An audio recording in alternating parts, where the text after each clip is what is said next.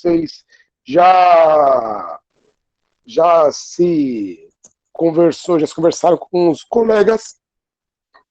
Vocês sabem como vai ser a dinâmica da aula, né? Todos vocês efetivamente vão, ao final de cada aula, estar fazendo, quando houver uma atividade, e me enviando no mesmo dia,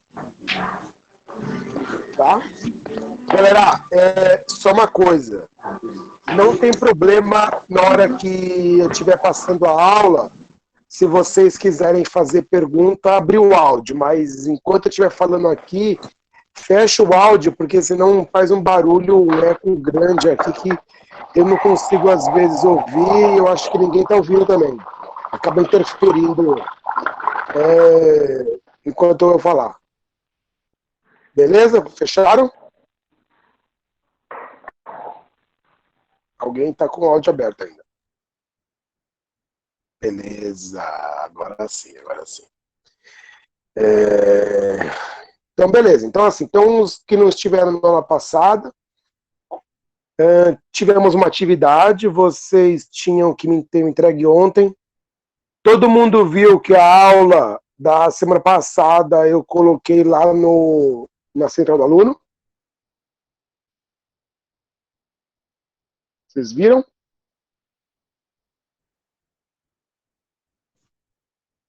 Pessoal, pode responder. Vocês viram as aulas dessa na Central do Aluno? Alguém viu? Alguém viu?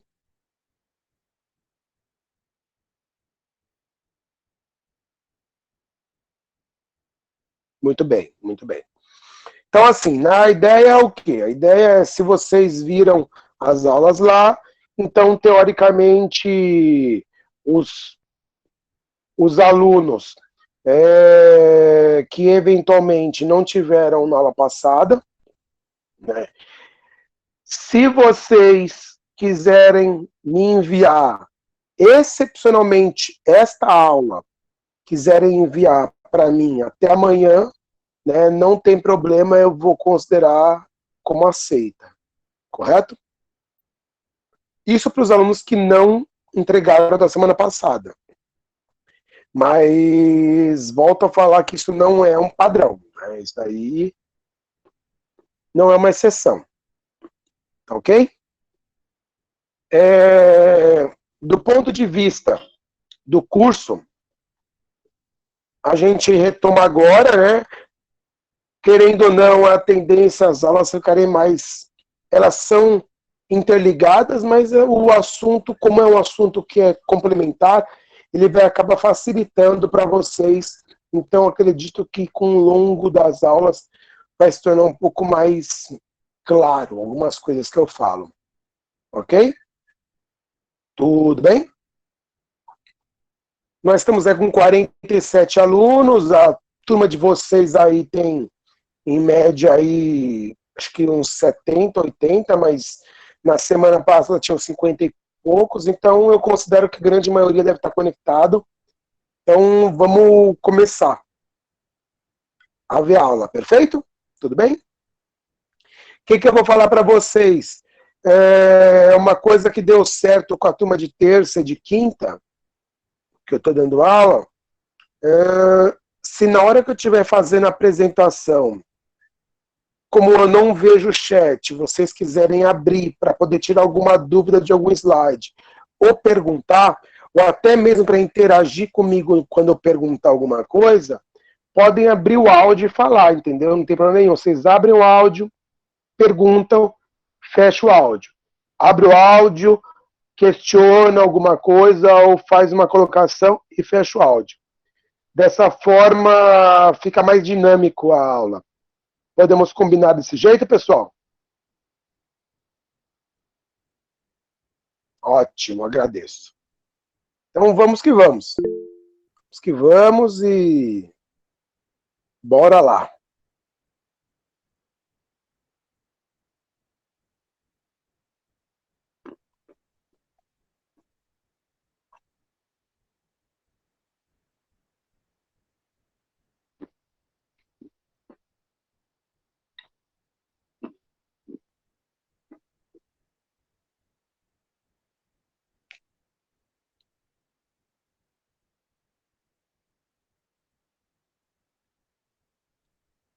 Vocês estão vendo, pessoal? Material aula, slide. Eu não estou vendo mais o chat, viu? Se vocês puderem responder alguém. Sim. Ah, ótimo, beleza, galera. Sem frescura, podem falar agora, à vontade. Tá? Então eu vou começar, vou passar a aula. Hoje, basicamente, a gente vai falar sobre processos e entender um pouco mais sobre a engenharia de software. E na sequência, a gente vai falar sobre um pouquinho sobre os requisitos. Então, acho que é uma aula bacana para poder começar agora a entrar na cabeça de vocês o que é esse processo, né, de quando se fala de engenharia de software dentro de uma cadeia de desenvolvimento, dentro de um processo de desenvolvimento. Beleza? Vamos lá. Então, primeira coisa, quando se fala o que é engenharia de software, pessoal, aí vocês devem ter lembrado, vocês devem se lembrar que assim, a gente viu várias definições e a gente vai ver ao longo do curso várias definições sobre o que é engenharia de software, de diferentes autores em diferentes épocas, né? Então, a gente viu uma definição de Bauer na aula passada, que é da década de 70. Agora a gente vai ver uma definição de Somerville, que é um dos caras, um dos papas da engenharia de software, né, da década de 2000. Depois a gente pode ver a do Pressman e assim por diante. A gente vai ver que todos os autores, eles escreviam suas definições, mas que de uma certa forma, independente da época que eles escreviam, você percebe que todas elas querem dizer a mesma coisa de forma diferente. Né? O conteúdo, a proposta, a ideia da engenharia de software é a mesma. Então, aqui, quando a gente fala no Somerville, ele diz uma disciplina de engenharia que se ocupa de todos os aspectos de produção de software, desde os estágios iniciais, de especificação do sistema, até a manutenção desse sistema, depois que ele entrou em operação. Então, uma definição de Somerville, né? Então, hoje, a gente acredita que quando se fala sobre engenharia de software, né, você fala aí um pouquinho do processo da cadeia de desenvolvimento. E aí, trazendo um pouquinho para uma pergunta, hoje, nós conversamos um pouquinho na aula passada. O que é um software, pessoal? Eu posso enxergar um software como o quê? Como é que eu consigo enxergar um software? Ou de que forma que eu posso enxergar um software? Inovadora?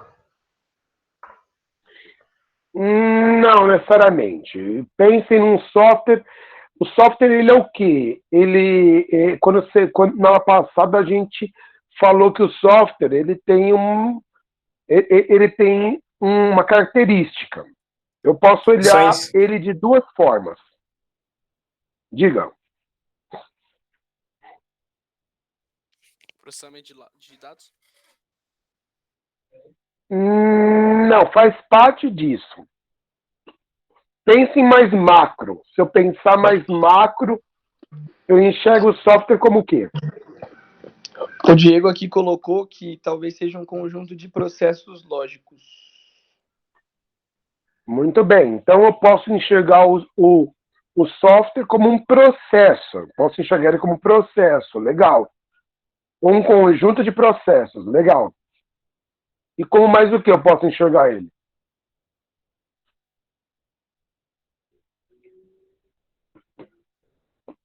Como controlador de alguma coisa? Não.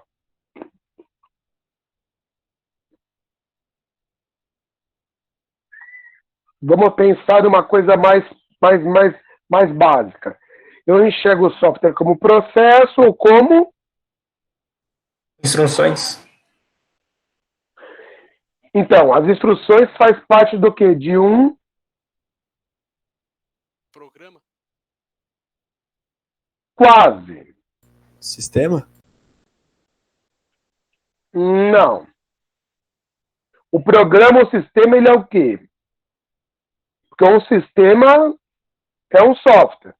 Um programa é um software. E ele, quando eu enxergo ele pronto, eu enxergo ele como o quê? Um produto. Muito bem, como produto. Então eu enxergo um software como produto ou enxergo um software como processo, um conjunto de processos. Perfeito? Até aqui tudo bem? Tranquilo. Beleza. Então, quando a gente enxerga essa pergunta aí que eu coloquei, qual a diferença entre engenharia de software e aí, na verdade, eu tinha trazido 2 cursos, né? Imaginem se a pergunta fosse para o curso de vocês, de sistemas de informação. Qual a diferença entre engenharia de software e sistemas de informação? É a mesma coisa?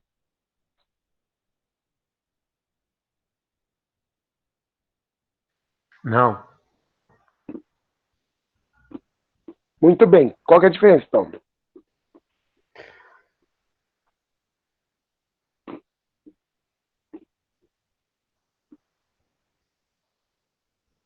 Estou ouvindo, pessoal. Estou esperando. O software é o sistema, a engenharia de software é o sistema e a outra é a parte da engenharia, como posso dizer, computador, vamos dizer assim, as peças. Não. Acho que talvez... pode falar. Pode falar, pessoal. Vai falando um, depois outro. Queria que o sistema de informação, a gente usa o Java para programar e engenharia de software a gente programa o Java, a gente cria a linguagem, basicamente. Não. Não, isso não. Pense assim, engenharia de software trata o quê? Imagino que seja a parte de engenharia você aprender como se cria o sistema operacional, como ele é desenvolvido, e no caso, você trabalha na construção dele, e no caso de desenvolvimento de software, é mais você já aprende com ele pronto. Acredito eu. Certo. Alguém tem Então, mais alguma Acho que a ideia? diferença de um para o outro é essa. Eu vou repetir o que o Pedro alguém- falou aqui, ó. Ele falou que engenharia de software é focada no desenvolvimento de software e sistema de informação foca mais para planejamento e em soluções para empresas. Legal. Está começando a ficar mais interessante. Basicamente, o curso de vocês é esse. Na verdade, quando se fala em sistemas de informação, você fala de um curso que dentro de, se você tiver um olhar em comparação com ciências, por exemplo, vocês têm ideia qual que é a diferença do curso de vocês para ciência da computação?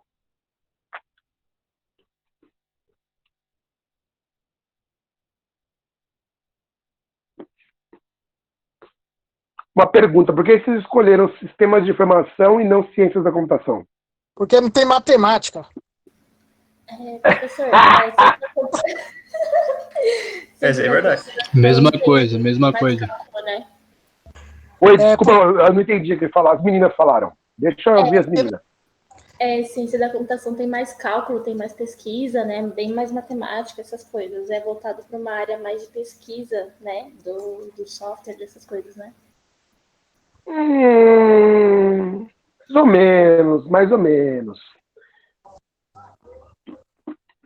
Alguém mais quer falar alguma coisa? Eu acho que a diferença dos dois também meio que é igual a SI em relação à engenharia, porque no caso da engenharia a gente vê a parte, talvez,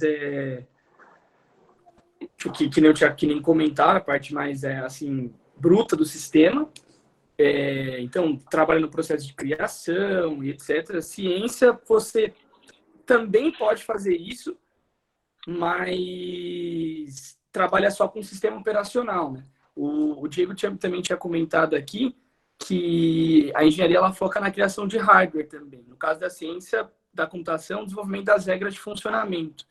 Então, talvez seja isso a diferença em relação ao nosso, porque a gente de fato não, imagino eu que não crie nada, que não faça nada funcional, de fato. A gente só trabalha com ele já pronto. A gente tem que utilizar mais ou menos para já desenvolver, enfim, não sei. Não, então. Eu acho que é o seguinte, professor, a ciência da computação é mais voltada como se fosse um produto. A gente cuida dele, faz vamos dizer assim, um marketing, apresenta, e o outro é como eles falaram, é mais um processo de criação, pode ser mais uma parte mecânica, você faz a ferramenta, o outro mais marketing, você apresenta, faz as coisas e mostra para o seu cliente, é mais um produto. Não, legal, é importante.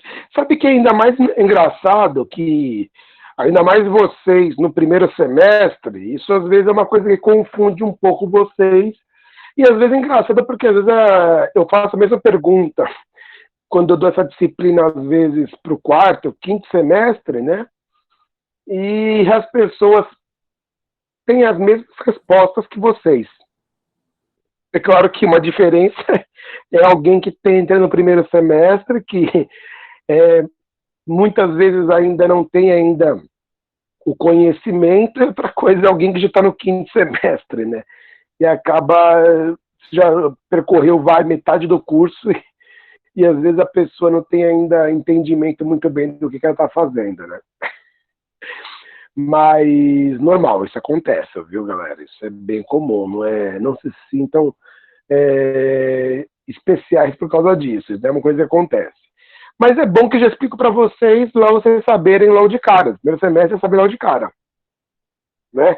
Então, assim, primeira coisa, pessoal, os dois cursos, tanto a ciência da computação quanto os sistemas, são cursos bacharéis, né? Então, são cursos de 4 anos, diferente de um curso de tecnologia, seja em qual for a tecnologia, né?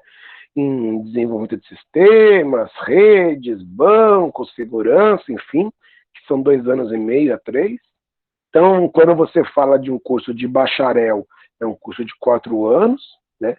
Hoje, os cursos de bacharéis que existem dentro da nossa área é ciências da computação, sistemas de informação e engenharia de computação.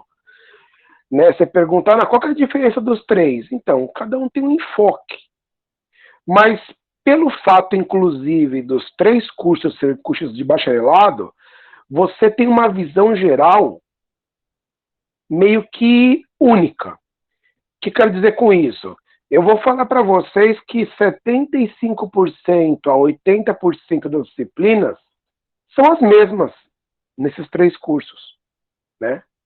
O que acontece ali é uns 25%, que é o enfoque que você tem um pouco diferenciado. Como alguns de vocês falaram,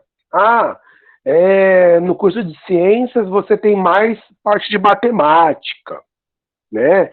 Você tem mais desenvolvimento.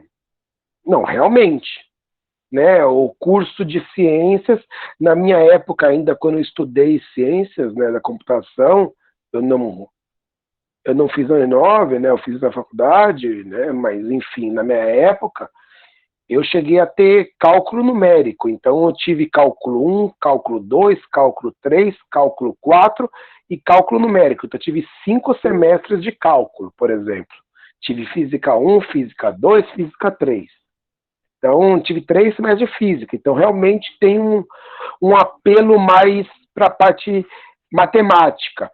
E te dá um enfoque um pouco maior no quê? No desenvolvimento de software. Então, você tem algumas disciplinas com enfoque mais em programação.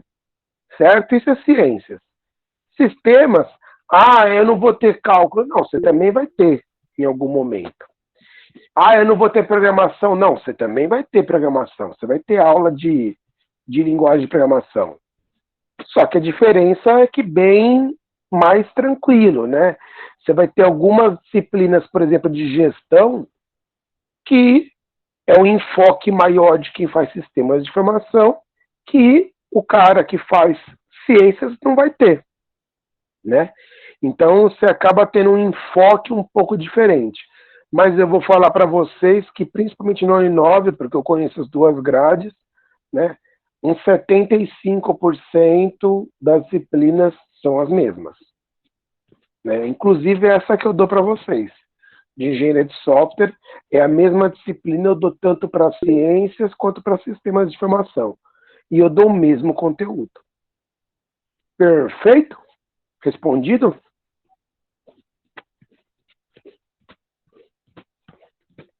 Ok, tudo certo.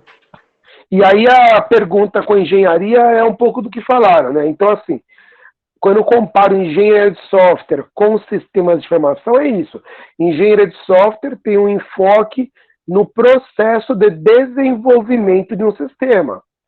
E sistemas de informação, o curso, ele vai te dar uma visão ampla, não só do desenvolvimento, mas uma visão sobre gestão de sistemas, sobre questão de segurança, sobre questão de mapeamento. Então, assim, você vê várias questões que estão fora do processo de desenvolvimento de software, né? Tem outras disciplinas, outros contextos que você acaba se apropriando.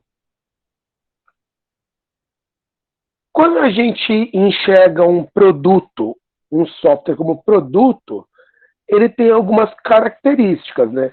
Na aula passada, pessoal, eu falei dos 3 pilares, né, que compõem um software. Alguém pode me falar quais eram eles?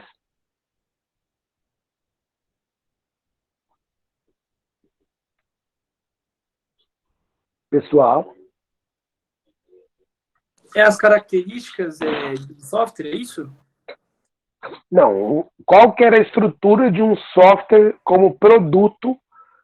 Quando eu enxergo ele como produto, qual é a estrutura do software? Eu falei na aula passada.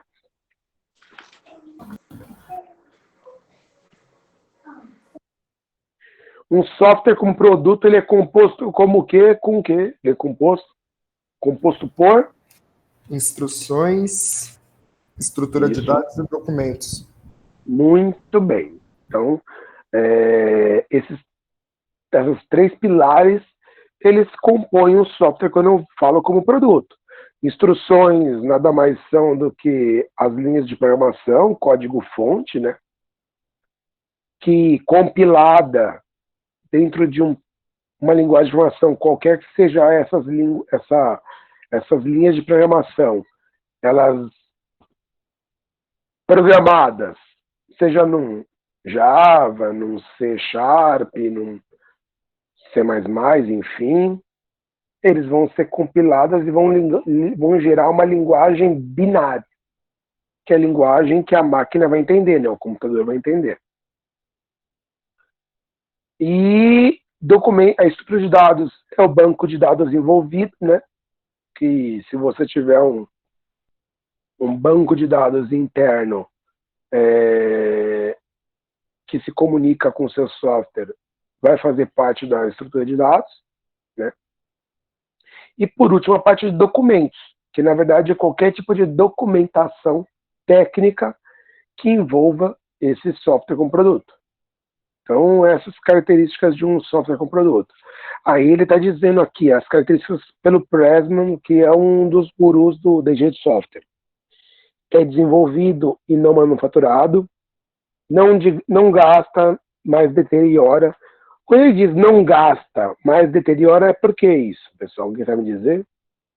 Que um software com produto, ele não gasta, mas ele deteriora.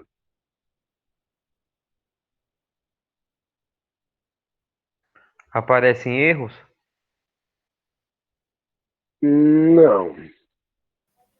Esse se deteriorar é como se ele ficasse meio que ao longo do tempo ele se tornasse não se tornasse tão útil, vamos dizer assim.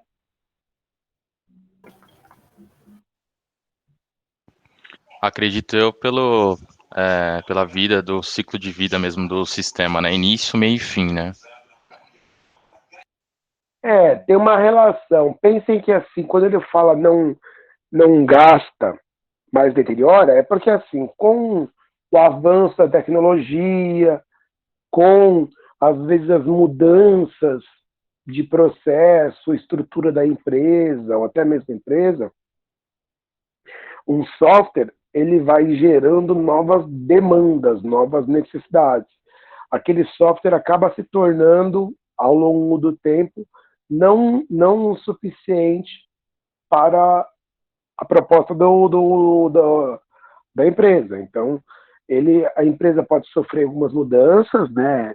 Durante o período, essas mudanças podem ser mudanças estruturais, mudanças de processo, enfim, que impactam, por exemplo, no seu produto final, e aí, automaticamente, você, por ter uma tecnologia diferente, por ter um processo melhor, ou um processo a ser implantado, novo, você acaba deteriorando o seu software. Ele não gasta, porque se você usar aquelas mesmas funções dentro do mesmo local, veja, é, é, é você ter nas suas mãos, né, um produto que ele não vai ser sempre utilizado dentro do correto. A diferença é que quando você tem uma necessidade de mudança, você acaba deteriorando seu software e você acaba tendo que mudá-lo. Né?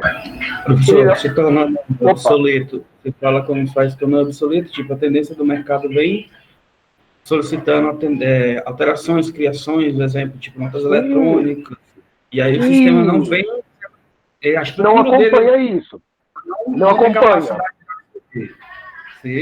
Não, na verdade, não é que não tem capacidade. Na verdade, é que, assim, dentro de uma proposta que foi contratado o software, quando você tem um software que é contratado, se contrata para desenvolver, mas depois você faz uma contratação de uma continuação de trabalho, ou seja, legal, implantei o software e está funcionando. Deu 2, 3 meses de uso, o meu cliente foi lá, identificou algumas melhorias, algumas mudanças. Ah, mas o software parou de funcionar? Não, é uma necessidade de uma mudança de processo que teve na empresa e eu preciso incorporar no software. Legal, eu vou lá e vou alterar o meu software. Alterando o meu software, eu vou validar depois para incluir o quê? Incluir essa mudança. Entraria naquela Entenderam? questão de curva de software, de falha de software. Isso, exatamente isso. Que aí, na verdade, o que acontece? Se você tem um software bem estruturado, bem testado, bem homologado, ele vai ter uma curva baixa de suporte, né, de alteração. Agora, nada impede de, eventualmente, você contratar ou você fechar com o cliente uma proposta de mapeamento de novas funcionalidades e apresentar um orçamento para ele, entendeu? Mas a questão é, legal, quando eu entendo que um software ele é desenvolvido sob medida, né? É uma característica de software em si. Não um software, uma característica isolada. É uma característica do software em si.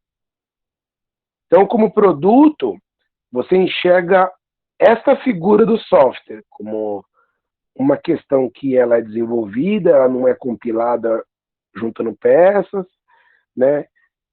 Ele não se desgasta, não gasta, mas ele se deteriora dependendo do mercado aí, do mundo. Porque é isso também, se você fala assim, ele vai se desgastar, tá, tudo bem. Mas você mudou a sua empresa? Você mudou a forma de operar? Não. Então não adianta. Não vamos fazer essas alterações agora.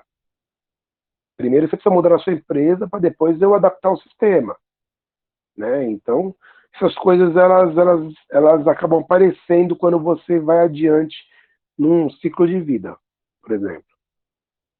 Quando eu falo de processo, software como processo, eu tenho o quê? Eu tenho, como alguém falou, que eu não lembro agora aqui no começo da aula, que o software como processo é um conjunto, né? Eu enxergo ele como um conjunto de atividades que estão relacionadas ao desenvolvimento, né, de um software, as etapas do desenvolvimento de um software. Então eu começo a ter um olhar específico para todas as etapas que compõem o desenvolvimento de software. Então, sei lá, a gente está falando da etapa de especificação do software, como dizendo exemplo aí. A especificação de software, eu não sei se vocês se recordam, ela dentro daquele meu macro ciclo de vida, lá no começo da aula, era a parte de mapeamento de processo. Então, mapeamento de processo, estou fazendo, né, pela atividade, na hora que eu vou fazer o levantamento do meu cliente, né, faço o mapeamento de processo e alinho com ele dentro dessa especificação do software. Da mesma coisa da parte de análise de requisitos. Então, na hora que eu faço minha análise de requisitos, fica dentro dessa parte de especificação do software. Aí também tem a parte de projeto. Faço meu projeto, mesma coisa. Aí depois eu entro na parte do projeto, eu entro na parte de modelagem de sistemas. Depois modelagem de banco de dados. E depois desenvolvimento propriamente dito. Tudo isso dentro da etapa de desenvolvimento do software. Entendeu? Então, assim, a gente acaba criando o quê? Todas e quaisquer fases que estão atrelados a um processo de desenvolvimento de software faz parte do processo. É o que compõe um software como processo.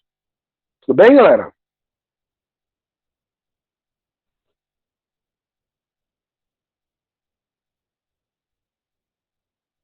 Muito bem. Produto ou processo? O foco principal da rede de software está no produto ou no processo? Interrogação. O que vocês acham, pessoal?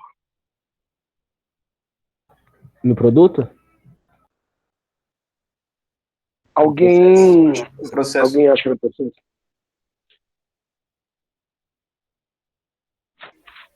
No Alguém processo. acha alguma outra coisa? Eu acho que é no processo. Alguém acha que não é nada?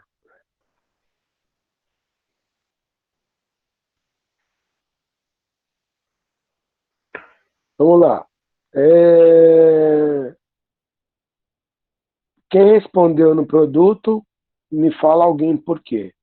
Quem é muito no processo, me fala por quê também.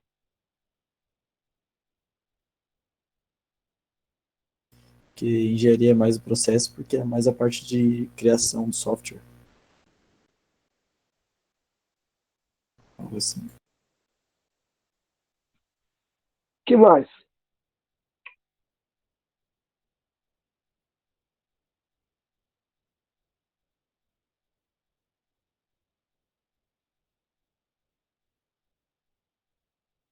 Estão ouvindo, Professor, pessoal? acho que no produto, né? Que na engenharia de software você vai ver a funcionalidade do produto, depois outra, tipo, ciência da computação agiliza o processo de todo o sistema só daquele produto.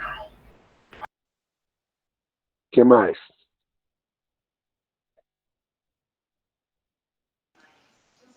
Na verdade, eu penso que o foco da engenharia mesmo de software seja o foco processo, porque pensando em atingir um determinado foco que é o produto, então você tem que pensar na qualidade, você tem que pensar, obviamente, nos processos, em como que vai ser essa reorganização, a fim de atingir o produto, né? Por isso que o processo. Entendi. Alguém quer colocar mais alguma coisa?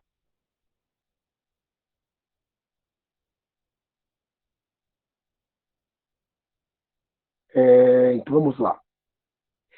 Quando se fala de produto, se fala de produto como algo palpável, né? Algo que você, como cliente, você utiliza, né? Hoje, se a gente pensasse um produto, um produto, a importância dele como produto final, o resultado, dentro de um processo estabelecido, somente a figura no caso de quem está envolvido, né? Então, é do produto, né, como resultado final. Ele importa para mim? O fato de vou fazer a pergunta diferente, o fato de eu ter no meu radar os processos estabelecidos, definidos, garantem que eu seria um bom professor? Na hora que eu estou pensando no processo de desenvolvimento, eu sou lá, sou professor, estou dando falando para vocês, avaliem o meu produto final. E aí eu falo a vocês, olhem, se tiver um processo bem definido, tá ótimo o foco, então um produto final vai ser um produto com qualidade. Dá para afirmar isso? Dá para você cravar isso?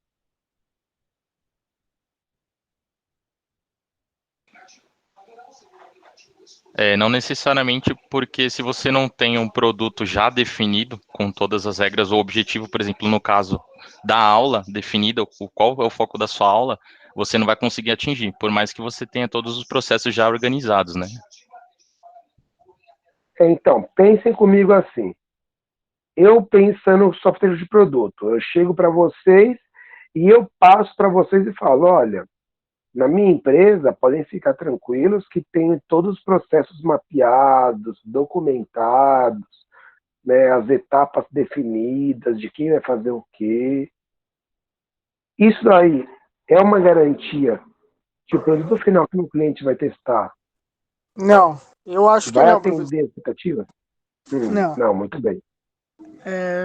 Provavelmente tem várias vertentes, cada produto é um produto, cada empresa é uma empresa. Para você cravar isso, você tem que ter basicamente o mesmo produto, trabalhando com a mesma coisa. Se forem coisas distintas, nada garante que vai sair 100%. Muito bem. Por isso que vocês concordam comigo, então, que quando eu faço uma pergunta, produto ou processo? E aí eu pergunto, o foco da engenharia de software está no produto ou no processo? Qual seria a resposta mais adequada?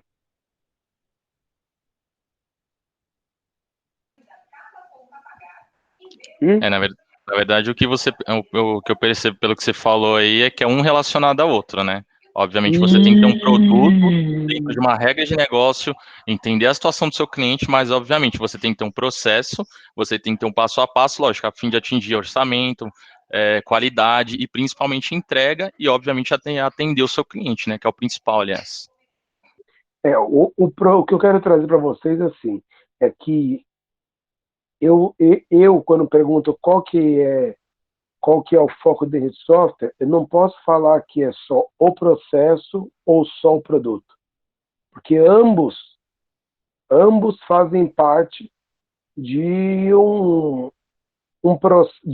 padrão estipulado, né, de segurança, né, de performance, de resultado.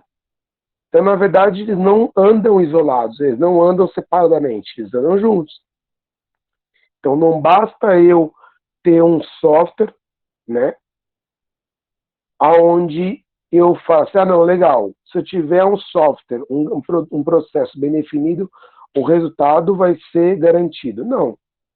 Eu posso afirmar que se eu tiver um produto, né, bem feito, dentro de um processo mapeado, tem grandes chances de o produto final ser um produto adequado. Então, é um conjunto, né, das atividades relacionadas ao processo que, eventualmente, vão me garantir que eu tenha um produto melhor sem eu deixar de olhar as características dele. Mas é fundamental eu olhar para os dois. Então, resumo da história. Quando eu penso num olhar, quando me perguntam, o que é mais importante, o software como produto ou como processo, eu falo, é um conjunto. Na verdade, é uma necessidade que tem que acontecer com ambos. Né? Não é só nem com o processo, e não é um olhar somente para o processo e nem um olhar somente para o produto. É um olhar para ambos. É assim que tem que se pensar quando se fala em engenharia de software. Perfeito? Perfeito. Então vamos adiante. Então assim, a gente fala que a engenharia de software, ela, quando você pensa no macro, ela tem algumas atividades estruturadas, que aí no caso aqui eu trouxe algumas como especificação, desenvolvimento, validação e evolução, que se vocês trouxerem para um comparativo com aqueles 11 etapas, 12 etapas que eu falei lá no começo, né, que é precisar, elas estão ali dentro desses 4 macros, né? Então, especificação, a gente está falando aí de mapeamento de negócio, fazer definição de requisitos, desenvolvimento, a gente faz parte de modelagem, de banco, né? A validação e garantia, os testes, e óbvio que a evolução nada mais é do que uma nova parte do sistema a mais, nova, né, que vai ser estabelecida. Um processo ou uma etapa de engenharia de software, né, começa com o primeiro passo, que é entendimento, né, dos requisitos. Né? Então, os requisitos, eles nada mais são do que resultados da necessidade de um cliente. Professor, pode voltar o slide, por favor? Esse daqui?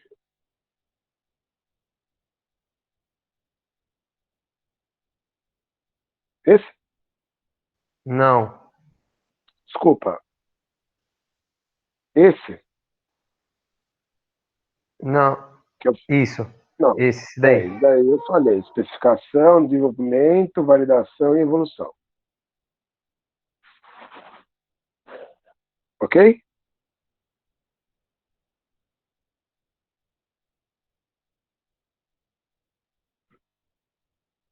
Quando você fala de um processo de mapeamento de requisitos, ou de requisitos, a primeira coisa que você tem que se perguntar é o que o sistema tem que fazer.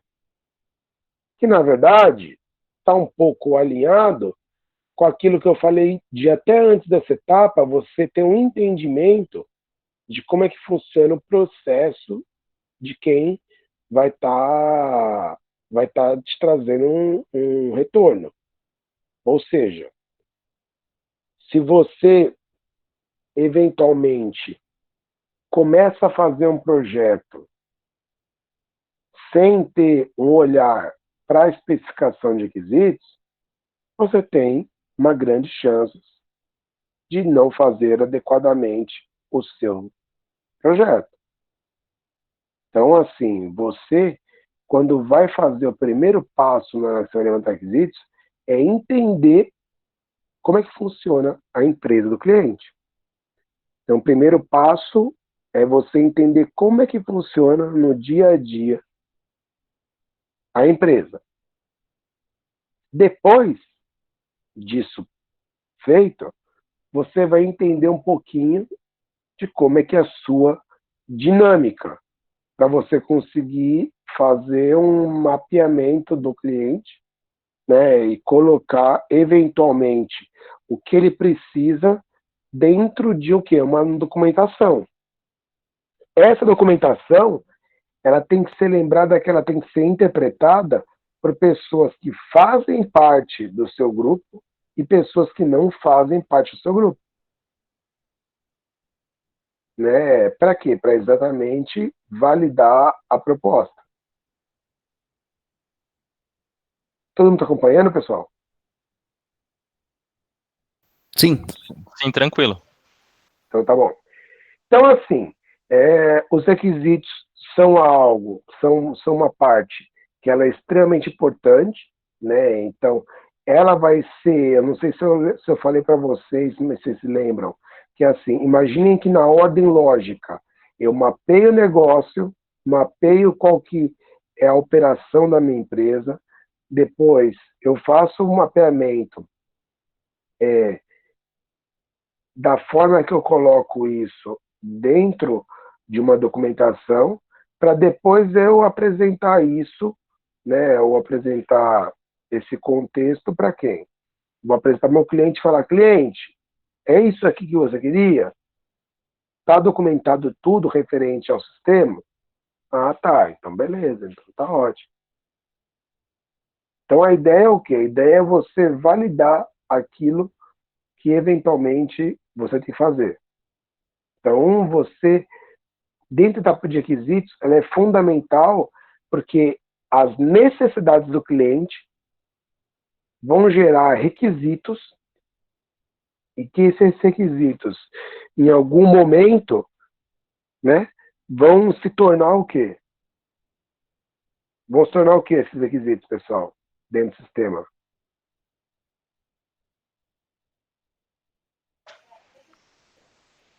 Esses requisitos dentro do sistema vão se tornar o quê? Classes, atributos e métodos, funções, né? Mais simples que isso, que eles estão ainda detalhando. Eles vão se tornar o quê? Códigos. Oi?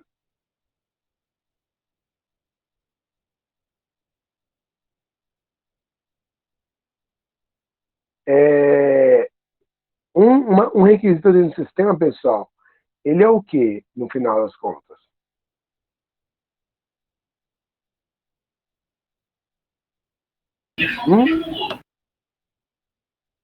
Pessoal? Uma regra, uma rotina a ser criada. É o que você precisa fazer ele rodar? Então, mas nós estamos falando, um requisito ele vai se tornar uma funcionalidade do meu sistema. Você pode enxergar como uma regra, algo que você mapeou, mas assim, no final é uma função. Essa função do meu sistema, essa funcionalidade, é o que hoje a gente faz quando a gente precisa.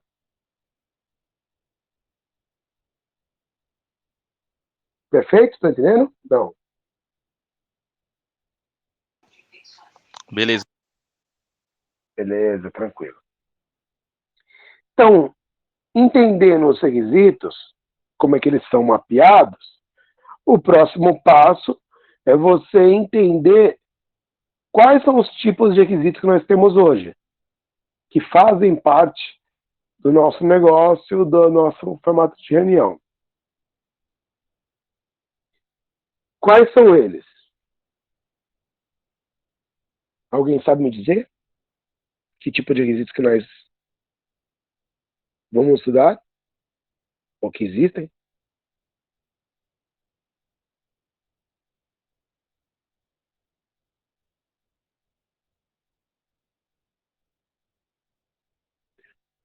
Lembra que só para poder bater uns requisitos, ele tem que ter uma estrutura mínima. Que é isso que está colocado aqui, né? Descrição de uma linguagem formal, documentação em texto misturado, descrições textuais livres, implementação de testes. Veja, só fortalece o quanto é sério essa questão, pessoal, dos requisitos. Vocês fazerem os requisitos de uma forma que outras pessoas envolvidas não entendam, ou tem uma interpretação dúbia, pode ocasionar um erro seríssimo no seu requisito. Entendeu? Então é importante, é fundamental que você tenha muita clareza de o que você tem que fazer na hora que você vai evidenciar ou vai documentar um requisito. Né? Então tem que de algum jeito fazer isso, pessoal. Ter essa preocupação com o requisito na hora de documentar, principalmente. Né? Porque lembre-se que ele vai ser base para a construção das outras partes do sistema. Então, para a parte da modelagem, para a parte de banco de dados, para a parte de servidores. Então, assim, isso daí são demandas fundamentais, né, quando se pensa em desenvolver ou estruturar um conjunto de requisitos. Os requisitos, eles têm duas características bem claras. Ou eles podem ser funcionais ou não funcionais. Funcionais, a qual funções, em que funções o sistema deve oferecer alguns casos que o sistema não deve fazer.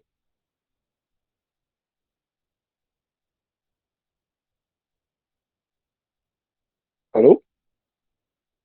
Deixa eu voltar aqui para a coisa aqui.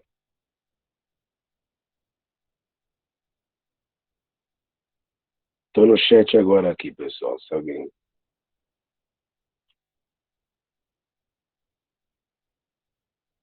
Muito bem. Requisitos funcionais, pessoal, o que são eles?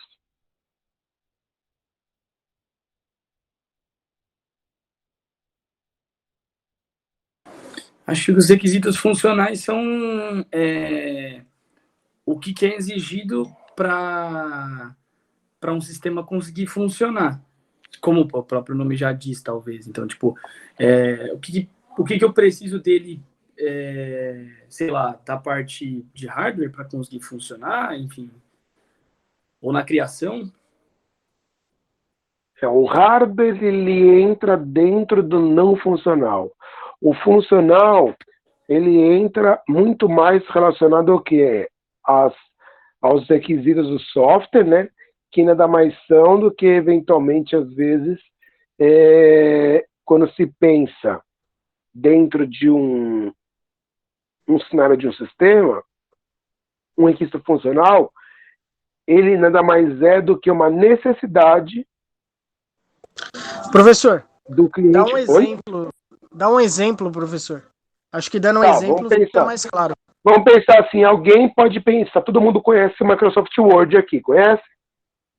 Sim. Sim. Muito bem. Qual seria um exemplo de um requisito funcional dentro do Word? O texto, né? Que do texto? Acho que a mudança da fonte, alteração de tamanho. Muito bem. Mudança de tamanho, alteração da fonte, negrito, itálico, sublinhado, inserir figura, inserir tabela, criar hiperlink, inserir gráfico, inserir tabela dinâmica, inserir, formatar texto, correção ortográfica. Só aí eu falei umas 20, 30 funcionalidades do sistema, que nada mais são do que requisitos funcionais. Entenderam? Professor, pensando no sistema como para uma empresa, a regra de negócio, seria isso? Funcionalidade? Então, a regra de negócios, quando você fala numa tela de cadastro, por exemplo, vamos supor na central do aluno. Você pegar ali uma tela onde você consulta as faltas e as notas, isso é uma funcionalidade. Onde você vai lá e imprime o boleto, é uma outra funcionalidade. Sei lá, eventualmente o chat que você tem no AVA, outra funcionalidade. Então, assim, aquilo que você interage, homem-máquina, tudo aquilo que você interage, homem-máquina, são funcionalidades. Professor, esses requisitos, eles podem, assim, a empresa pode solicitar eles na hora da gente começar a fazer um software? Pode ser uma exigência? Não, na verdade, ela vai ser um pré-requisito, né? Um software, na hora que a pessoa vai desenvolver, depois da etapa de mapeamento de processo, a etapa subsequente é a definição dos requisitos. Mas assim, ou ela pode... análise de... Mas ela pode solicitar que tenha um específico ali dentro? Pode, na verdade, pode. Na verdade, ali ele vai se basear, geralmente, o cliente, né? Ele vai ouvir o que o fornecedor vai propor para ele. O cliente vai falar a demanda dele, eu tenho dificuldade para controlar isso no meu sistema. Eu não acesso isso no sistema. Tá bom. Eu vou lá e vou falar o quê? Vou alinhar tudo aquilo que eu preciso mexer do ponto de vista de requisito para aquele meu sistema contemplar aquelas minhas necessidades. Então, eu vou alterar os meus requisitos. Ou vou complementar... Professor, eu não entendi os não funcionais. Então, é que ainda não cheguei lá. Então, os funcionais, ficou tranquilo? Tudo bem? Todo mundo entendeu os funcionais? Sim. Requisitos funcionais, interações, funcionais do sistema. Muito bem. Os não funcionais... Oi, pode falar. Eu só ia pedir para... Eu não sei se você ia continuar com essa próxima slide, eu ia falar para você voltar a um só. Só para eu... Qual? O anterior mesmo. Esse daqui? Isso. Pronto. Pode passar. Tá bom. Então, na verdade, os não funcionais, eles entram na definição aí, como se você vê aí, representam as restrições relativas às funções que o sistema realiza. Essas restrições, elas estão amarradas a vários contextos. Pode ser um contexto de performance, pode ser um contexto de segurança do sistema. Por exemplo, hoje, vocês não passam o crachá passavam o crachá na catraca da N9? Sim. Muito bem. Você tinha que passar alguma coisa para poder entrar na catraca, né? Ou você passava o seu crachá, ou você ficava naquela fila imensa lá para conseguir um papelzinho para entrar. Correto? Sim, correto. Correto. Eu não estou falando vias normais, né, pessoal? Não estou dizendo se você pega o crachá do vizinho, do seu colega para entrar. Não estou dizendo isso. Estou dizendo em vias normais, né? No correto. O correto é que você apresente o seu crachá, ou se você esquecer o crachá, você tem que entrar naquela fila imensa para gerarem para você um QR Code temporário. É um QR Code que vai funcionar como se fosse um acesso para aquele dia. Tanto que se você tentar usar o mesmo QR Code na semana seguinte, não consegue. Perfeito?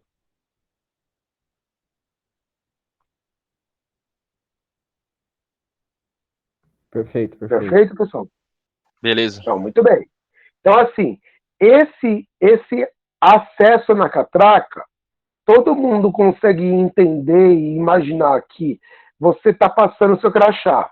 O que existe na catraca? Existe um sistema embarcado, configurado dentro da catraca, que lê o seu RA, né? Vai lá no sistema e busca para saber se aquele RA é um RA ativo ou não. Se o João, se o Felipe, que botaram lá, eles são excepcionalmente, né, vamos dizer assim, eles vão validar se excepcionalmente eles estão o quê? Eles estão ativos para poder entrar a Uninove. Se não tiver, dá o bip naquela hora e fala, pá, o cara não consegue entrar. Ele vai checar numa base, é claro que é uma coisa de milissegundos, você nem percebe automático, mas aquilo ali ele fez uma checagem para saber se estava ativo ou não. Todo mundo concorda que existe uma ação que não depende de você, você só coloca o crachá para ler, correto? Se você estiver inativo por algum problema, você vai poder olhar para a catraca e falar assim, deixa eu passar, e ela vai liberar você? Não. Então, não, né? Por mais que você queira, ele não vai liberar. Então, existe ali o quê? Um requisito não funcional de segurança que vai gerenciar a permissão de acesso. Entenderam? Então, assim, isso pode valer para várias questões. Por exemplo, todo mundo, quando entra na central do aluno, você bota o quê, pessoal? Que dado que você escolhe a central do aluno? RA O RA e a senha. Muito bem, RA a senha. Quando vocês entram, tem uma funcionalidade lá ou algum requisito que você consulta o próximo, você consulta ali dentro do sistema, você consulta uma função, você consulta suas notas e suas faltas, correto?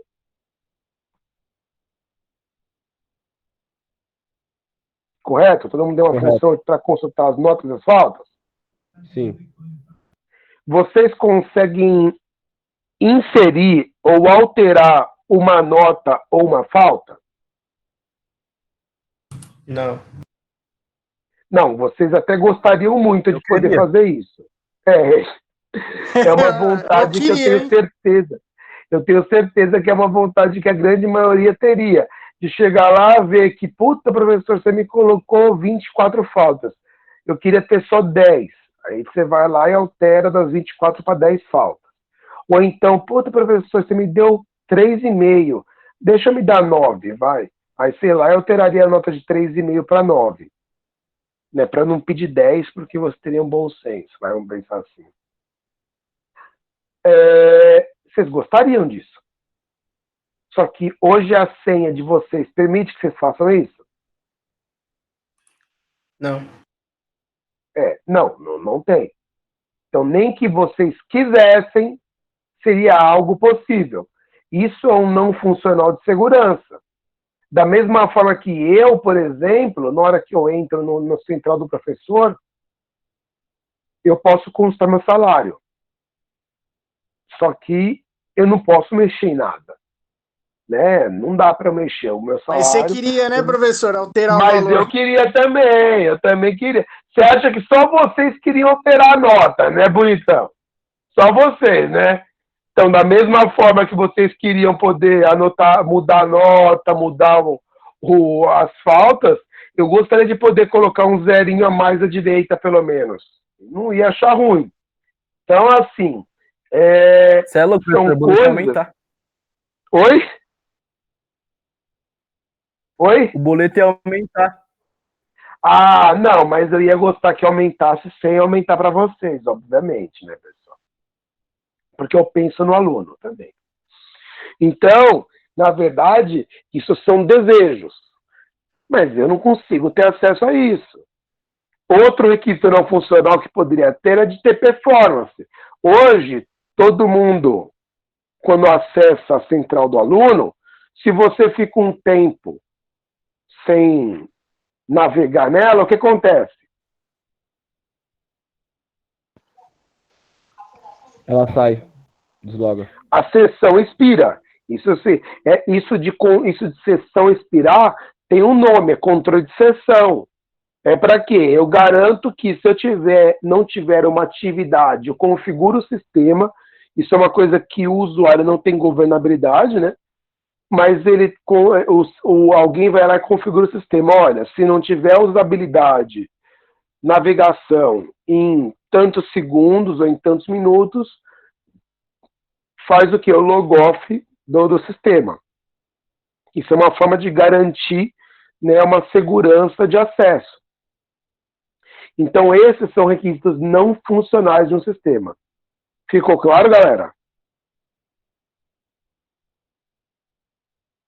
Ficou. Beleza. Então, beleza.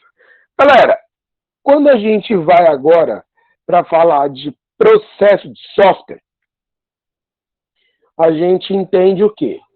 A gente entende que um processo, e aí aqui eu estou trazendo mais uma definição de engenharia de software, é uma das que eu mais acho que traduz um processo estruturado de desenvolvimento de software, que é assim, a aplicação de uma abordagem sistemática, disciplinada e quantificável no desenvolvimento, operação e manutenção de um software.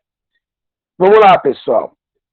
Essa definição, para mim, é uma das mais objetivas do que quando se fala em engenharia de software.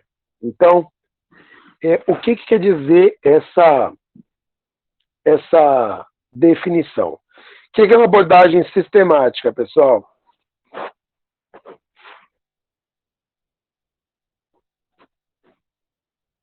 O que é uma abordagem sistemática? Esqueçam TI. Fala qualquer coisa. Abordagem sistemática. Segue um padrão. Muito bem. Toda uma abordagem sistemática não é dizer do que uma abordagem padronizada. Um exemplo bem bobo, né?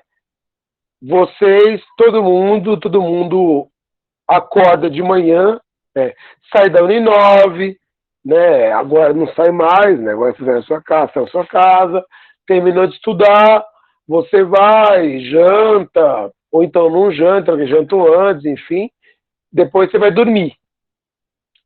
No dia seguinte, quando você acorda, tem um padrão.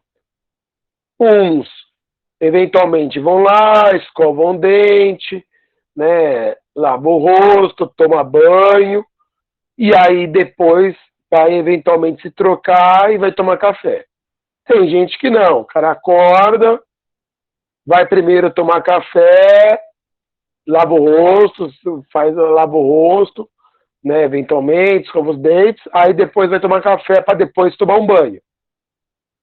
Enfim, você já tem um método. Você, né? Você que está me ouvindo. Você tem um método. E você segue esse método todo dia. Se eu enxergasse e eu te falasse, legal, eu tenho um método para acordar que é diferente do seu. Eu falo assim, ok, tudo bem, podemos ter método, podemos ter processos diferentes. O importante é o resultado. O resultado, né, ele tem que agir de uma forma lisa. Então pensem comigo. Se você acorda todo dia, vamos supor que você escova dente, lava o rosto, toma banho, aí depois você toma café e sai de casa. Se você segue um padrão, você faz isso de uma forma inconsciente. Todo mundo concorda? Certo. Ninguém acorda de manhã e se você tem um padrão, até que você tenha uma necessidade de mudar, você vai seguir aquele padrão. Então, se você não tem necessidade de mudar, você vai seguir aquele padrão. Aí a pergunta é, hoje, em que momento que você mudaria, né, pensando que o seu processo de acordar, lavar o rosto, escovar o dente, lavar o rosto, você consegue trazer isso para uma realidade sua e que você consiga atingir o mesmo resultado que eu. Eu acordo, tomo banho, lavo o rosto, escovo o dente, tomo banho, depois eu tomo café e saio de casa. Eu tenho um padrão, você tem um padrão. Você vai mudar isso em que momento? Que momento que você mudaria o seu padrão? Mudaria para mudar aleatoriamente?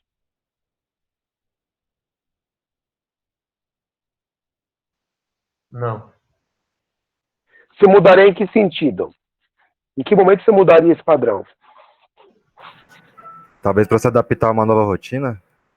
Muito bem. Quando eu tivesse alguma necessidade que eu precisasse alterar minha rotina. Então, vamos supor que você fizesse isso todos os dias, mas vamos supor, você sai de casa, você acorda às 6 horas e fazendo essa rotina, você sai de casa às 7, para chegar às 8 no trabalho. Vamos supor que seu chefe vai lá e fala, ó, a partir de amanhã você pode entrar às 9, não precisa entrar às 8. Você vai continuar acordando no horário de antes? Vai continuar fazendo as atividades que eram definidas antes? Depende, se o ônibus demorar, professor, vai ter que pegar no mesmo horário que eu saí antes. Isso é verdade. Concordo com você. Se o busão ele tem um horário maior de saída ali de intervalo, não vai mudar muito para você. O cara fala, você pode entrar uma hora depois, mas você vai ter que pegar o mesmo horário, porque se você for pegar o próximo, você vai chegar atrasado. Verdade? Pode ser. Mas vamos pensar que, na teoria, você não tivesse esse problema. Que o ônibus sai de 5 em 5 minutos. Então, você poderia ter ali, mais meia hora de sono. Professor, no caso, como eu vou de moto, então eu ia dormir até 8h30, sair de casa às 8h35 e ia chegar às 9 horas. Já dorme com a roupa, né? Já dorme com a roupa, acorda e já vai direto. E é isso. Não, beleza, cada um é cada um, é isso aí. Mas é exatamente isso. A ideia é o quê? Um processo padronizado ou um processo, uma abordagem sistemática é isso. Você tem um padrão e você segue ele. E você só vai mudar ele com base numa necessidade, uma demanda. Só que assim, essa mudança ela pode acontecer de várias formas. Pode acontecer por uma demanda nova, e aí você precisa adaptar. Ou não, né? Ou ela pode acontecer naturalmente, sem você ter se organizado para isso. Como se fosse o quê? Um desvio do processo. Isso pode acontecer? Pode acontecer. Você define um processo, nem sempre todo mundo segue o processo definido. Entendeu? E aí? Como é que eu faço?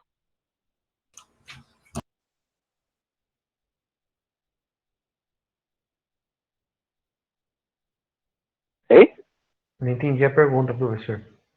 Vamos lá. Eu tenho um processo definido. Para eu garantir que ele não mude aleatoriamente. Porque uma coisa é mudar conforme uma necessidade. Mas para eu garantir que ele sobreviva. Né? Que ele consiga se sustentar sozinho, eu tenho que fazer o quê? Eu tenho que criar o quê?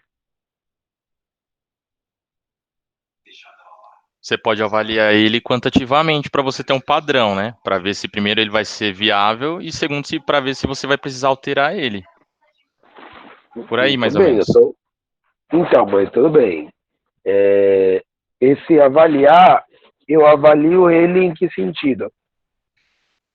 Eu vou avaliar se ele está sendo cumprido adequadamente, se os resultados estão sendo os esperados.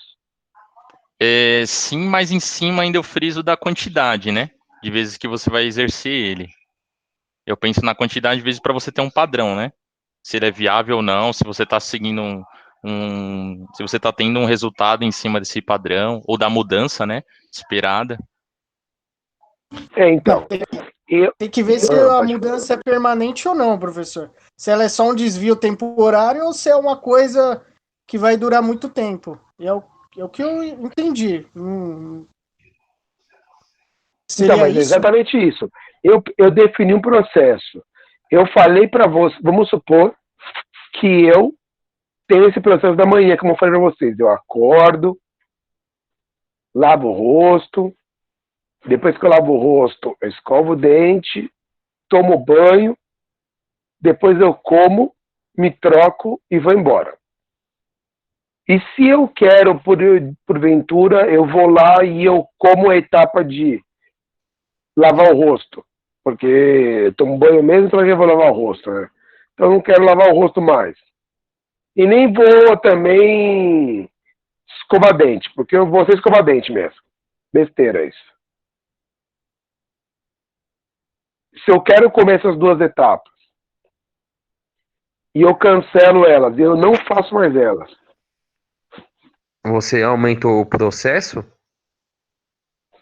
Não, na verdade eu encurtei algumas das minhas atividades. Sim, você eu encurtou umas para aumentar outras, certo? Ou não. É isso. Eu posso ter feito isso para poder conseguir sair mais cedo, né? Para chegar mais cedo no coisa, ok. Ou não, eu posso ter feito isso e fiz isso porque deu vontade. Não quero mais escovar dente e lavar o rosto. Mas essa vontade é permanente ou ela é temporária? Então, mas aí que tá, dentro de um processo definido, é uma coisa que se você não monitora, não tem como você saber se é permanente ou se é temporária. Você tem que monitorar. Num primeiro momento, a gente está falando do quê? Pelo que você falou, é permanente. É numa mudança que o funcionário resolveu fazer porque ele achava legal, ele fez. E pode ser que ele até adote a mesma mudança para outros projetos. Ou seja, seria aí um método, então. Seria um método, Então, porque mas você aí- já está definindo, certo? Então, aí que tá. O método, ele nada mais é do que de uma forma de eu conseguir garantir que meu processo seja executado. De que não. forma? Da melhor forma possível. Eu tenho um processo definido. Eu tenho um processo que eu lavo o rosto, escovo o dente, tomo banho, tomo café e me troco. E saio. Se eu inverto, se eu mudo alguma coisa no meio do caminho, sem ter acordado com a direção do hospital, eu estou mudando isso. Estou mudando. Vou lá e acordo, não tomo banho, ou não escovo o dente, não lavo o rosto. Eu vou lá e mudo automaticamente para tomar o café e sair. Eu, quando faço isso por conta, eu vou saber se é um padrão ou não, se depois de eu levantar 2, 3, 4 projetos, se eu fiz a mesma coisa nos 2, 3, 4 projetos. Professor, quer falar que dentro do processo de regras, você pode sempre optar, sempre ter opções de exclusões, de exceção, desculpa. Como é que é? Não entendi a dúvida. Cortou. Dentro do processo de regras, você sempre tem que planejar uma exceção? Não, na verdade não. Na verdade você define um mecanismo, que é o método, né, para garantir que aquilo que foi definido no processo, né, o processo que foi mapeado, tem que garantir que ele vai ser executado da forma que é esperada. Entendeu? Então, em outras palavras, eu teria que criar mecanismos para garantir que eu ia acordar e assim que acordasse, eu ia efetivamente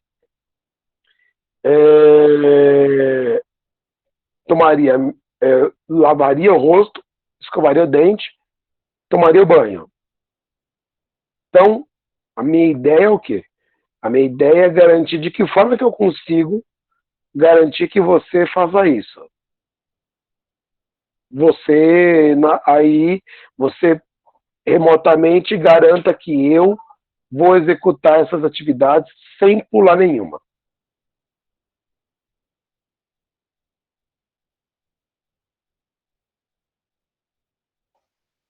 deixando as funções bem claras?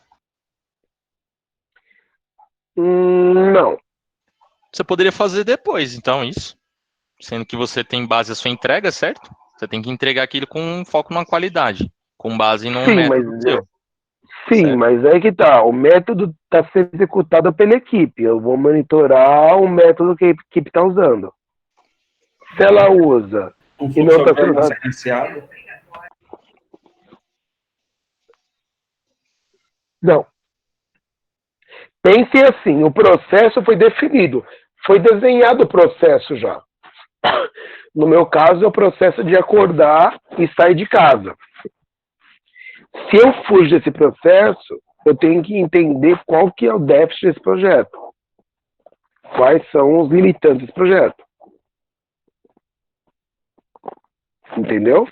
Pensa assim, se eu tenho que garantir que eu vou acordar de manhã e vou lavar o rosto e vou escovar o dente, veja, eu tenho que minimamente direcionar para que isso aconteça.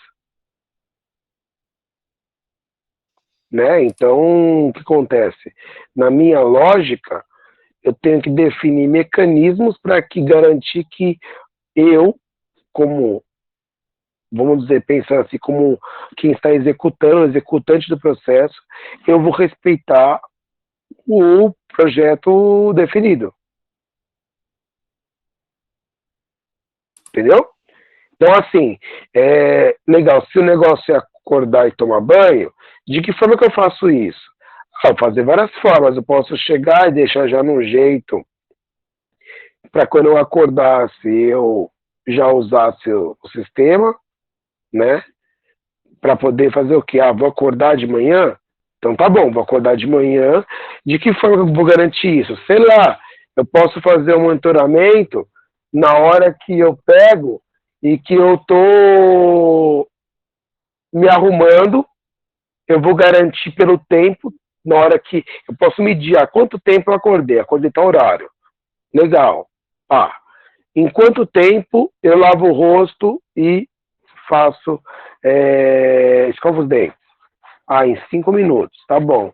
Então quer dizer que na hora que eu acordo, 5 minutos depois, eu tenho que estar tomando banho. Ou então 10 minutos depois se eu acordar. Aí a pergunta é, por exemplo, isso daí faz sentido? Eu fazer isso? Para quê? Faz para poder saber se aquilo que estava padronizado eu estou cumprindo. E se não tiver? Se não tiver, você vai relatar. Ele foi mapeado e ele não tá escovando o dente e não está lavando o rosto. A mesma coisa dentro de um projeto de software. Vamos pensar assim. Eu tenho um projeto de software onde eu tenho um cliente, uma parte do projeto que é mapear toda a parte de documentação do processo e entregar. Aí na hora que eu faço isso, eu vou lá e faço o quê? Legal, vou mapear. Como é que eu vou garantir que o processo todo foi mapeado adequadamente? Eu vou fazer uma validação do processo mapeado, né, com o meu cliente. Faz sentido? Faz sentido. Para ele validar se eu estou fazendo o que eu tinha especificado. Se tinha lá especificado que eu ia fazer um relatório e entregar um relatório com um escopo X, ele vai verificar se foi feito esse relatório com escopo X. Mas eu tenho que garantir que o processo foi definido, seja executado. Você vai criar mecanismos para poder minimizar as mudanças.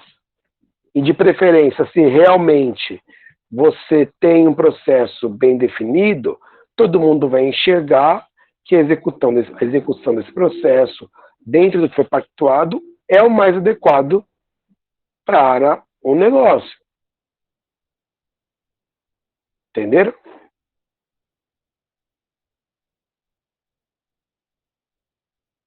De que forma que eu faço isso? Através de QPAs, ou chaves de processo de área, Key Process Area. Esses KPAs, eu vou conseguir fazer o quê?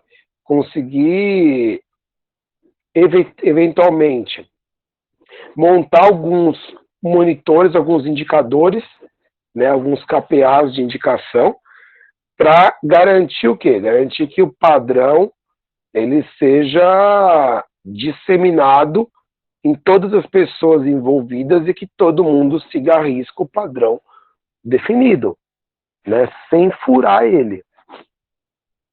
E aí, você tendo um processo, você tendo um método definido, você usa o quê? Você usa algum tipo, ou um conjunto de ferramentas, ou algum tipo de ferramenta, para dar, eventualmente, sustentação nesse processo. Então, desde ferramenta de, eventualmente, de linguagem de informação, ferramenta de modelagem de banco, ferramenta de modelagem UML, não importa. A ideia é o quê? A ideia é de você usar ferramentas que vai te auxiliar no seu método definido para correr atrás do quê? De um processo ideal de engenharia de software. Dúvidas aqui, pessoal? Não. Então, ótimo. Aí aqui eu estou explicando um pouquinho disso que eu falei para vocês, essa parte do que seria um processo, quais seriam os métodos, né? Um processo, ele tem uma característica bem clara, que é de melhorar a qualidade do produto de software, que na verdade é isso, né? Quando você fala de processo de desenvolvimento de software, quem define um processo, define com um foco. Que foco? Melhorar a qualidade do produto final, né? Aumentar a produtividade, aumentar a satisfação com o cliente, né? Então, tudo isso são características quando se define um processo de software.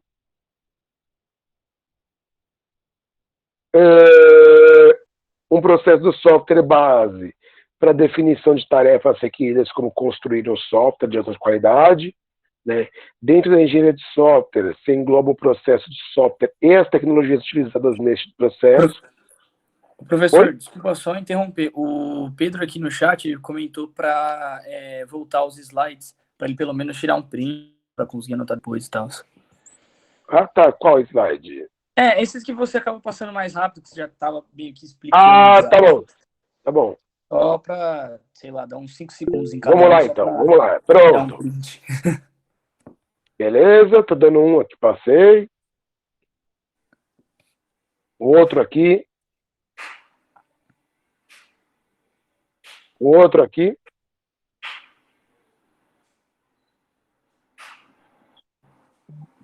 O outro aqui. E beleza, agora aqui que eu tinha parado. Tá bom? Isso. Aqueles slides lá é o que eu tinha falado lá, basicamente, para vocês. Expliquei, só que aí lá tá mais detalhadozinho.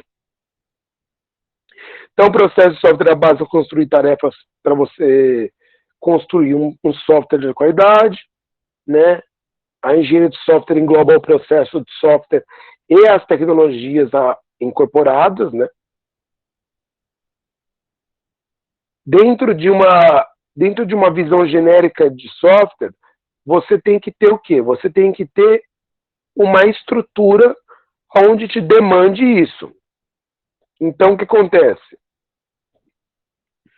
Um software, ele tem uma estrutura que a gente vem falando e a gente vai ver vários momentos, mas aqui é uma estrutura que eu vou passar, que está, vamos dizer assim, definida dentro de uma proposta que eu vou passar para vocês. Então, um software, como processo, ele tem uma definição, ele vai ter uma etapa de desenvolvimento e vai ter uma etapa de manutenção. São etapas, né? Então, um software como processo, ele tem uma definição que é o que vai ser medido, o que vai ser desenvolvido, o desenvolvimento, como é que eu vou desenvolver aquilo, e a manutenção, quais as mudanças eu vou trabalhar dentro do seu software. Vou ter uma manutenção corretiva, uma manutenção eletiva, evolutiva e assim por diante. Dentro da etapa de definição, nós temos aqui 3 etapas que compõem a definição. Uma é análise de sistemas, a outra é planejamento do projeto e a outra é análise de requisitos.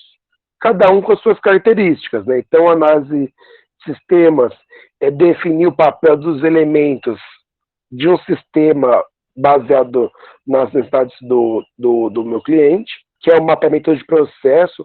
Essa análise de sistema é fazer uma análise de processo, entender o que ele está querendo desenvolver. O planejamento do projeto nada mais é do que já fazer uma definição de qual que vai ser o escopo, qual que vai ser o custo envolvido, quais os recursos envolvidos, quais vão ser as demandas de contratação que você vai ter, terceira, enfim, cronograma, essas coisas. Isso no planejamento do projeto. Depois você tem a análise de requisitos, que nada mais é do que, depois que você pega aquele projeto com aquele escopo definido, eu vou pegar o que? Aquele escopo definido e vou olhar e traçar efetivamente todos os requisitos que eu mapeei que vão gerar as funcionalidades do meu sistema. Então, essa etapa de análise de requisitos é fazer um detalhamento daquilo que eu disse que eu vou desenvolver, né? Já na etapa de desenvolvimento, você tem o projeto do software, que está trazendo o quê? Está trazendo para você todas as etapas que compõem, desde o mapeamento, né, do que vai ser desenvolvido, desde efetivamente da modelagem do sistema, desde a modelagem de banco de dados. Então, na verdade, ali, essa parte de projeto é meio que trabalhar a arquitetura do seu software. Depois tem a codificação, que é a programação propriamente dito. Depois tem os testes, que é a homologação do software, né? Para depois você entrar na etapa de manutenção do software. Como eu disse para vocês, uma manutenção, ela pode ter 3 etapas: corretiva, adaptativa e perfectiva ou evolutiva. Perfectiva ou evolutiva. O que essas 3 características elas querem dizer? Vocês estão percebendo que tem um percentual do lado de cada um dos itens? Sim, eu até ia perguntar o que era isso, mas... Então, o que é isso? Isso é uma distribuição natural de como deveria ser a parte de manutenção dentro de um modelo ideal. Quando você entrega um software, o ideal é que você não tenha 60%, 80% da sua demanda em cima de correção. Porque a correção nada mais é do que um ajuste em cima de algo que era para estar previsto e que não foi feito. Um erro, um bug. Certo? Isso é uma correção. Fui lá, desenvolvi algo que estava previsto e não está funcionando direito. Isso é um bug. Só que você já fez a homologação do cliente, do sistema. Você já fez uma validação. Então, você não pegou. Foi algum bug e a sua equipe não pegou. Isso, o ideal é que seja 20% da demanda. Os outros 20%, ou até um pouco menos, seria com relação à questão de adaptação do ambiente. O que acontece? Vamos supor que, sei lá, o sistema foi desenvolvido para a Internet Explorer. Só que a gente levantou e nem toda máquina tem Internet Explorer. Então, tem cliente que vai ter máquina que vai trabalhar com o Internet Explorer, mas a versão dele não vai ser compatível com o sistema operacional. Então, eu preciso adaptar para que o meu sistema ele também funcione, por exemplo, num Chrome da vida. Então, eu adaptei o sistema. Eu adaptei as mesmas funcionalidades para um outro tipo de relação de proximidade, de equipamento. Entendeu? Isso é corretiva. Adaptativa é adaptação com o ambiente.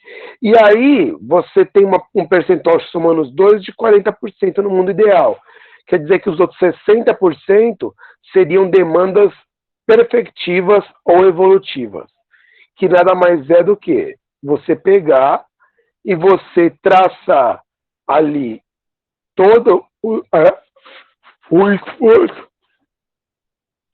da sua equipe para desenvolver customizações, melhorias, evoluções no seu software.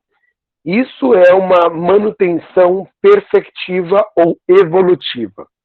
É você trabalhar o quê? Trabalhar novos desenvolvimentos.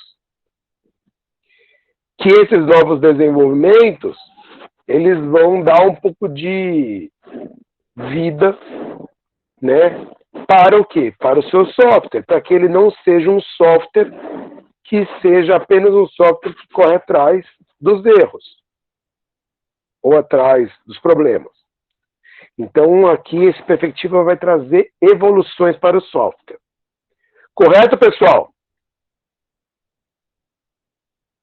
Certo. Ok. Muito bem.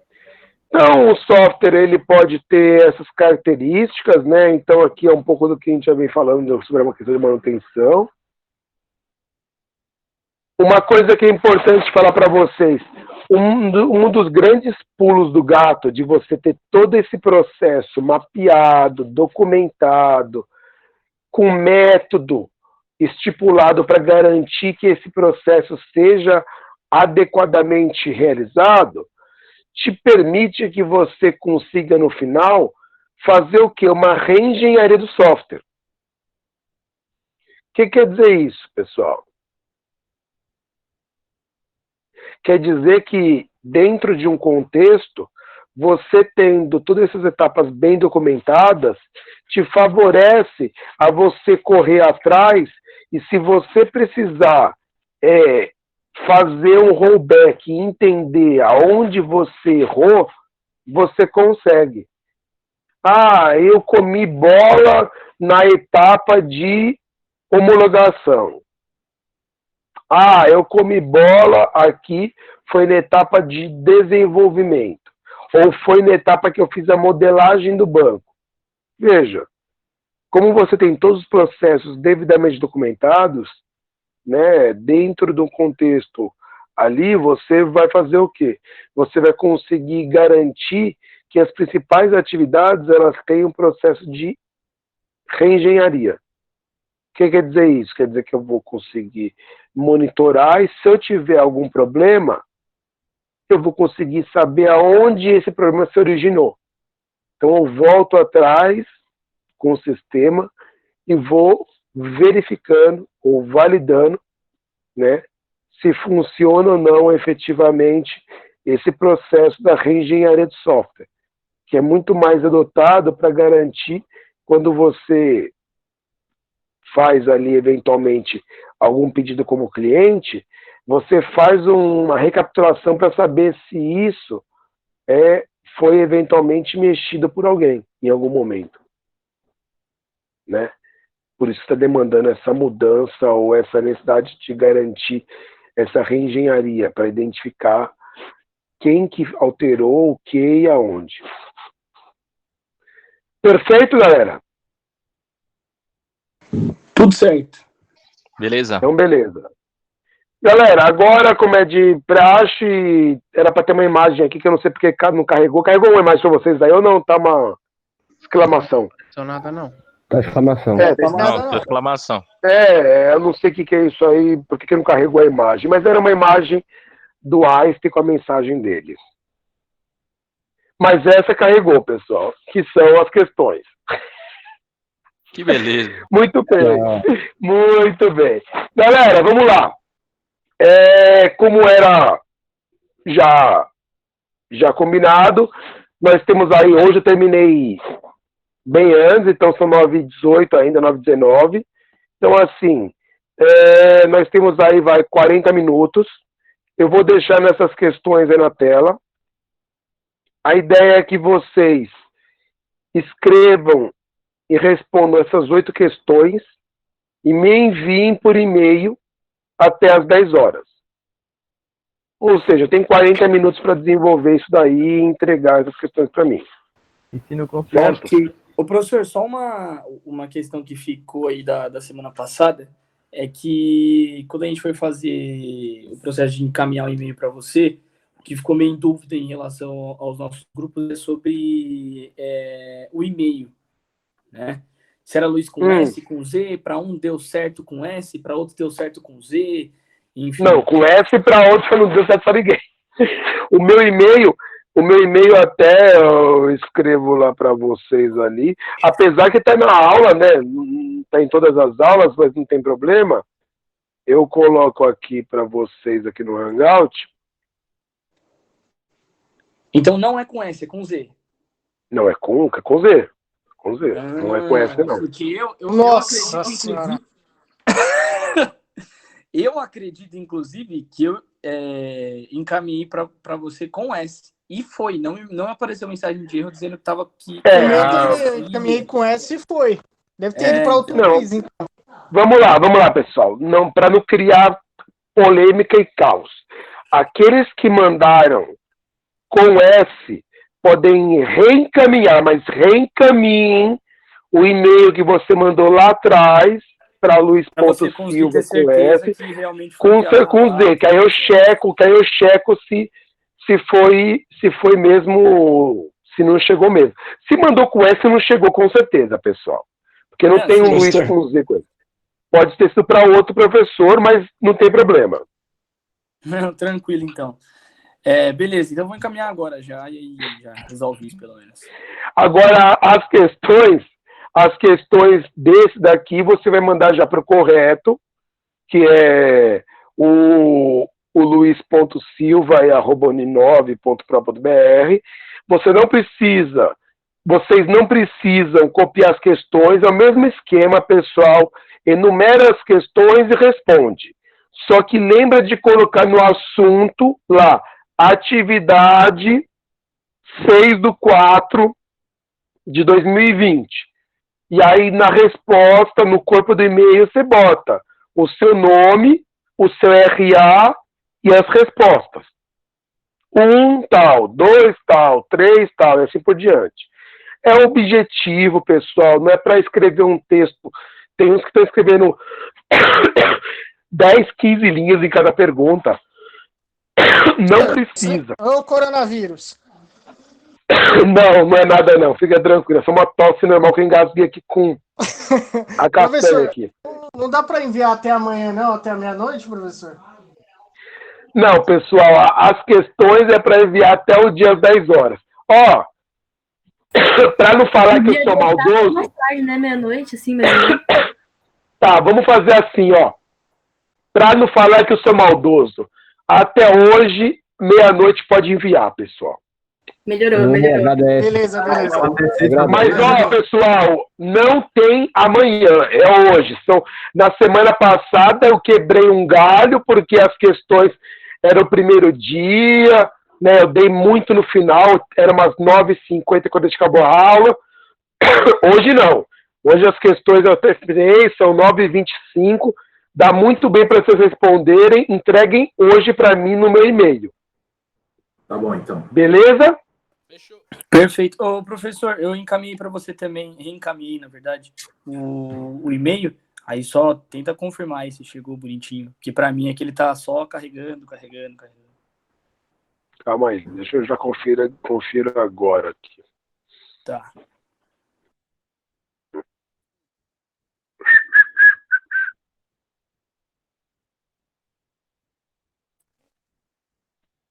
Deixa eu ver aqui. Ô, professor, pode enviar com esse mesmo e-mail, né? Que a gente entra nessa aula aqui. Não entendi, desculpa. Pode enviar com esse mesmo e-mail que a gente entra na aula aqui? Ou tem que ser Pode. Não, pode ser com esse mesmo e-mail. O e-mail de vocês pouco importa, porque o que me importa é no corpo do e-mail o nome e o RA de vocês. É isso que importa para mim. Quem reenviou para mim a atividade é o Vinícius e o Diego. Sou eu? Isso, fechou. Tô vendo ali a minha fotinho que é de baixo. No meu também tá aí o RA e tá um nome lá bonitinho ali dentro. Perfeito. Eu não sabia se era melhor, mas eu coloquei em PDF. Então. Não tem problema, tanto faz, pessoal.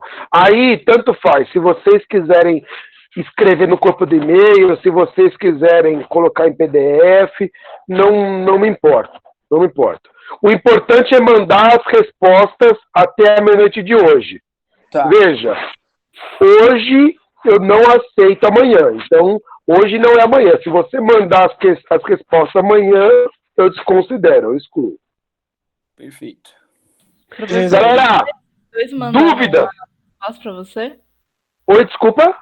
Só esses dois mandaram as questões com a resposta para você? Não. Esses daí que mandaram agora, eles reenviaram agora.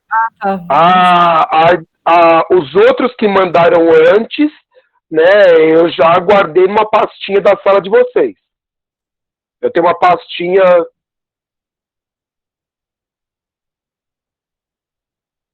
Não entendi, desculpa. Pode. Galera, quem não tem dúvida mais, eu vou deixar a aula em aberto aqui para vocês, eventualmente, quem não deu print, dar um print da tela aqui, copiar as questões, porque quando eu fechar a aula, vai fechar as questões e ninguém vai conseguir constar nada. Mas eu vou desligar o áudio, eu vou deixar só na tela das questões para tirar a dúvida, pessoal. Professor, você vai colocar isso lá